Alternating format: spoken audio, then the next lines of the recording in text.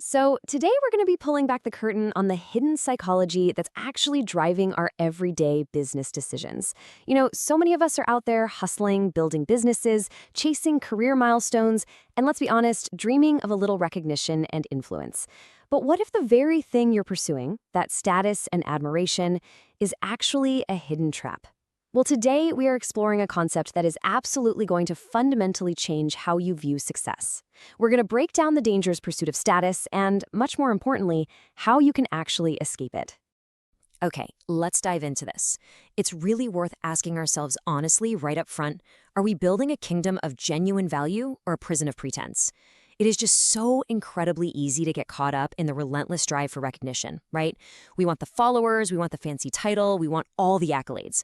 But sometimes that exact drive can quietly trap us in this exhausting cycle of endless anxiety.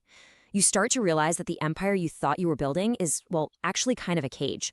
And to understand why we do this to ourselves, we actually need to look backwards, like centuries backwards.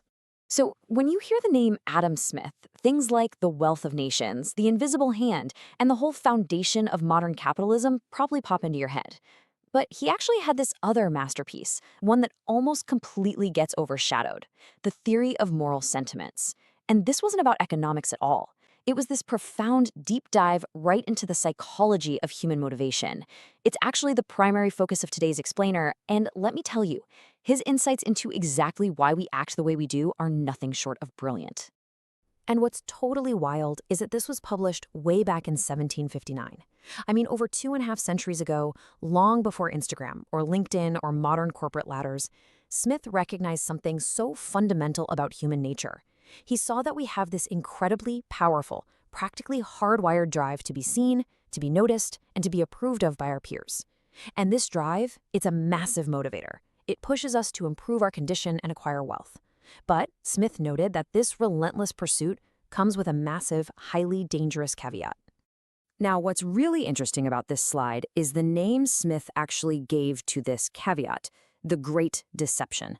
It's this completely mistaken belief that achieving wealth and high station is finally going to bring us ease and happiness.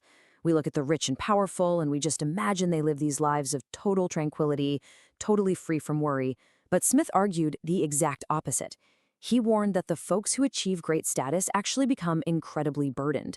They're weighed down by anxiety, constant public scrutiny, and this literally exhausting need to maintain appearances all the time. So instead of becoming free, they basically become slaves to a super fickle, demanding audience. He illustrated this whole concept beautifully with something he called the poor man's son paradox. Smith observed that a person will often just toil endlessly, sacrificing their health, their peace of mind, their genuine happiness, all in the vain hope of achieving the illusion of comfort they think the rich possess. They sacrifice true utility just for external appearances. So they end up buying things they absolutely do not need and working jobs they don't even really like just to impress people whose opinions probably shouldn't even matter anyway. Which brings us to Section 1, Modern Case Study, Chloe's Gilded Cage. Now, I know it's super easy to think of 18th century philosophy as a bit outdated, so let's yank this right into the 21st century.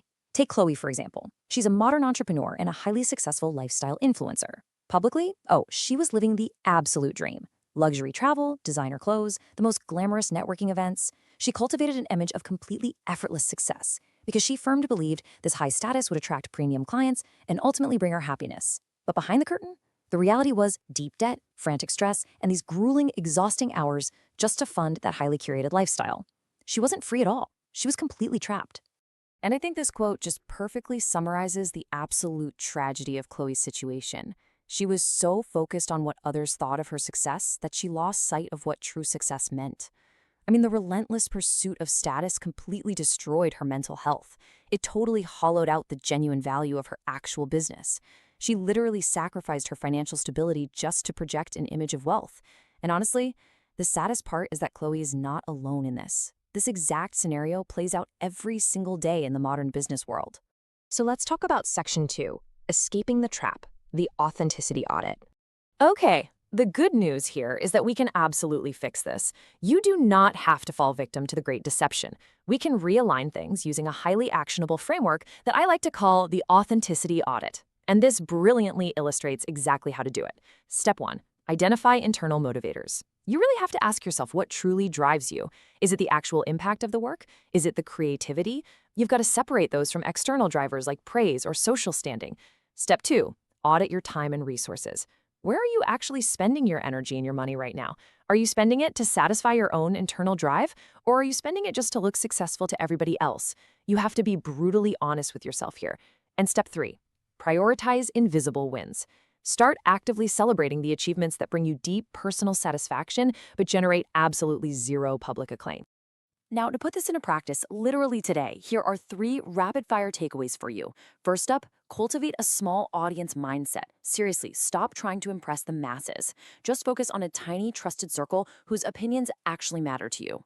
Second, invest in private pleasures. Deliberately allocate time and money to things that bring you genuine joy, even if no one else on earth ever seeing them. And third, practice strategic obscurity.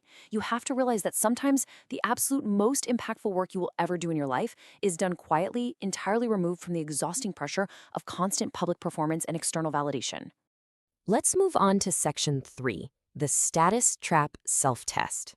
All right, so we've talked about the theory, we've talked about Chloe's story, and we walked through the audit. Let's just pause for a second and do a quick rapid-fire self-assessment to see if you are currently caught in this deception. Question 1, am I more concerned with how my achievements look to others than how they feel to me?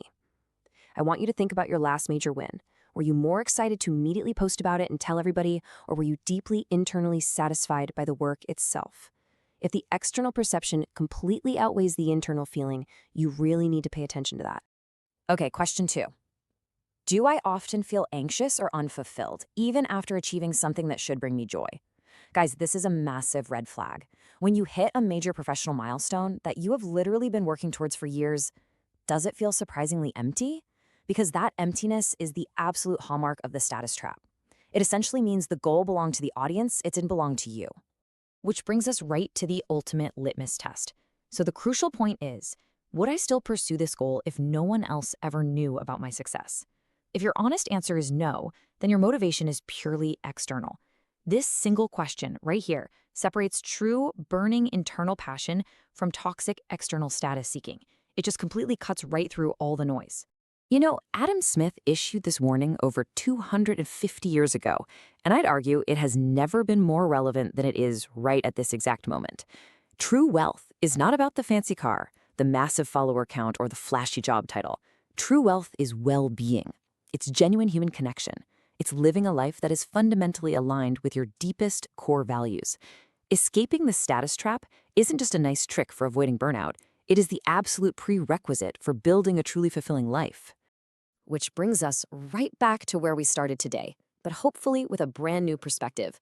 What will you choose to build today? A kingdom of genuine value or a prison of pretense? The very next time you make a business decision, an investment, or honestly, even just a social media post, take a second and ask yourself who you are really doing it for, because the choice is entirely yours. Keep learning, keep questioning, and I will see you in the next explainer.